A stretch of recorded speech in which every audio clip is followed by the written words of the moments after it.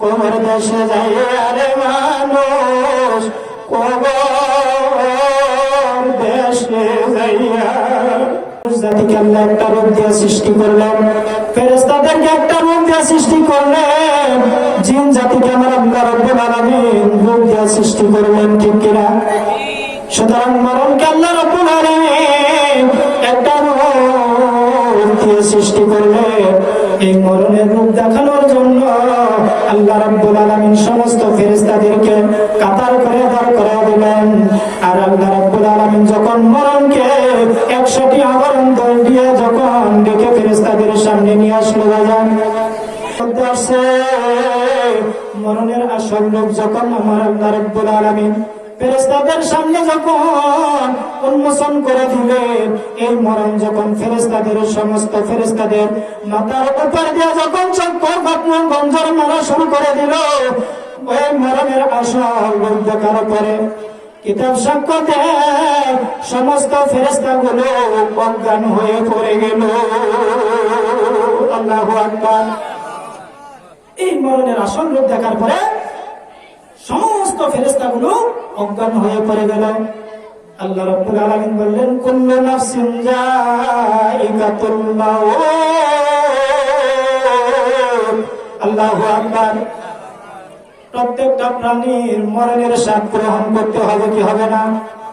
জোরে বলেন, হবে কিনা? আপনার বাড়ির কুকুর মরণের স্বাদ গ্রহণ করতে হবে, ঠিক কিনা? আপনার দাদা ছিল, বাবা ছিল, তাদের কিন্তু মরণের স্বাদ গ্রহণ করতে হয়েছে। জোরে বলেন, হয়েছে কি হয় নাই? দাদা ছিল, বাবা ছিল। গভীর মনোযোগের সাথে অনুরোধ করতেছে, বলতেছিলাম আল্লাহ রাসূল সাল্লাল্লাহু আলাইহি সাল্লাম বলেন, এই মরণের কেমন ভয়াবহ অবস্থা হবে রে বাজান, এই মরণের কেমন কষ্ট যন্ত্রণা দুনিয়ার মানুষ যদি বুঝত, গর্বারে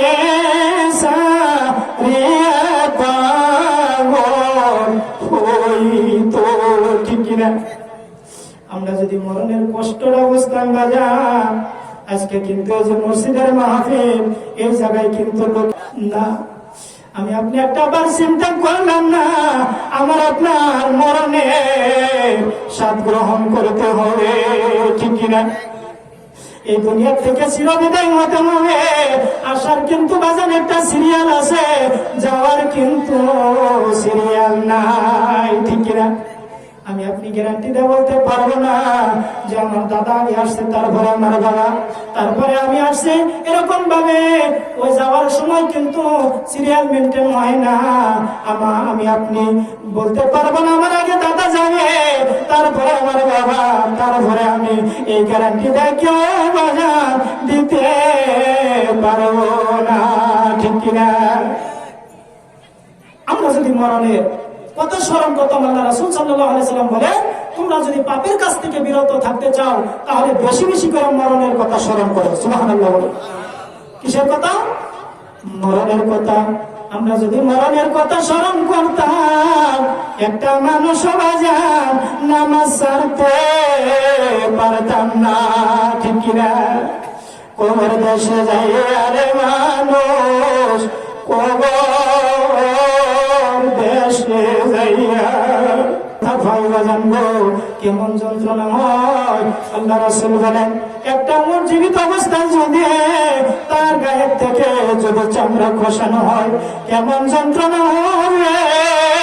আল্লাহ রাসূল বলেন, আরেকটা মানুষের মরণে তার চাইতে কোটি কোটি যন্ত্রণা হবে। জোরে জোরে কই সুবহানাল্লাহ।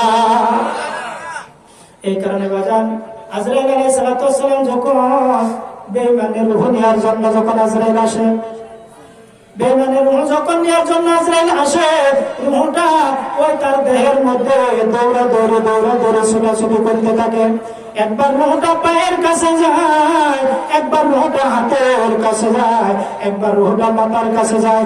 আমার আল্লাহ রাব্বুল আলামিন কুরআনুল কারীমের মধ্যে ঘোষণা করে, বিসমিল্লাহির রহমানির রহিম, ওয়াল ইন্নাল মাতাল্লাযীনা তাফিরুন। আল্লাহু আকবার। আল্লাহ রাব্বুল আলামিন বলেন, নবী গো, যখন জগৎবাসীদেরকে জানিয়ে দেন, আপনার উম্মতদেরকে জানিয়ে দেন, মরণ যখন যার জায়গার মধ্যে আসবে, ওই লোকটা যদি সাতপর জমিনের উপরে লোকাক না কেন, সাতপর আসমানের নিচে যদি লোকাক না কেন, কোথাও সে লুকাইয়া থাকতে পারবে না। মরণ তার সাথে মোলাকাত করবে, মরণ থেকে কেউ রেহাই পাবে না। ঠিক কিনা?